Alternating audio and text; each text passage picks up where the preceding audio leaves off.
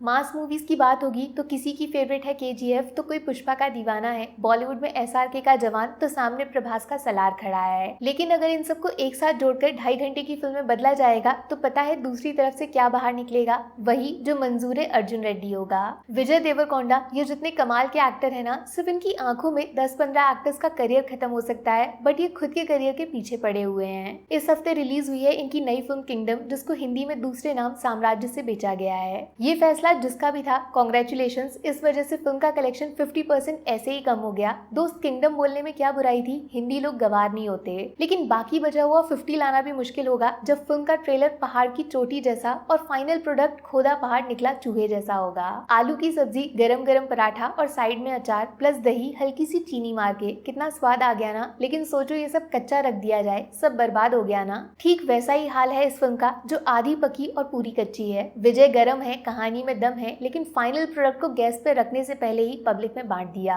Kingdom कहानी है एक सीक्रेट पुलिस ऑफिसर कम स्पाई एजेंट की, जो श्रीलंका जा रहे हैं वहां पे एक बड़े क्राइम गैंग को जड़ से मिटाने के लिए। सिंपल सा फॉर्मूला है, बुराई को खत्म करने के लिए पहले खुद बुरा बनना पड़ता है, तो अपना हीरो भी कुछ ऐसे काम करेगा जो उसको विलन में बदल देगा। लेकिन इस कहानी का ट्विस्ट कह लो या फिर एक्स फैक्टर, जो इस गैंग को खत्म करने के लिए पुलिस भैया विलन में बदल गए हैं, उनके सामने खड़ा होने वाला विलन कोई और नहीं, खुद इनके भैया हैं। यहाँ तक तो फिल्म फिर भी नॉर्मल है, लेकिन कहानी नेक्स्ट लेवल पे पहुंच जाती है जब स्टोरी में एक पुराने खोए हुए राजा का जिक्र होता है, जो कई सालों बाद, कई जन्मों बाद पुनर्जन्म लेकर वापस लौट आया है अपने लोगों को इंसाफ दिलाने के लिए, ठीक जैसे केजीएफ में रॉकी गरुड़ा से लड़ने आया था। 2 घंटे 20 मिनट की फिल्म एकदम अलग, और लास्ट के 15 मिनट बिल्कुल जैसे कोई दूसरी फिल्म देख रहे हो, किंगडम के किंग का सीक्रेट, जिसके लिए आपने खरीदा है टिकट। लेकिन फिल्म इतनी ज्यादा स्लो स्पीड से चलती है कि एंड तक आते आते किंगडम सच में बोर्डम में बदल जाता है। झपकी मार लोगे तो भी कुछ मिस नहीं होगा। जिसके लिए सबसे ज्यादा जिम्मेदार है फिल्म के मामूली जीरो इम्पैक्ट वाले एक्शन सीन्स। आप सिर्फ वेट करते रह जाओगे और सीन बीच में ही खत्म। लोग मर रहे हैं, जल रहे हैं, बदले की कहानी चल रही है, लेकिन कहीं पे भी एक सेकंड कुछ भी किसी के लिए फील नहीं होगा। इमोशंस डबल जीरो हैं। सिर्फ एक एक्साइटिंग चीज इस फिल्म में ये वाला एक्टर है, इनका स्क्रीन प्रेजेंस बड़े कमाल का लगा मुझे, लेकिन फिल्म में इनका रोल ज्यादा लंबा नहीं है, वेस्ट कर दिया।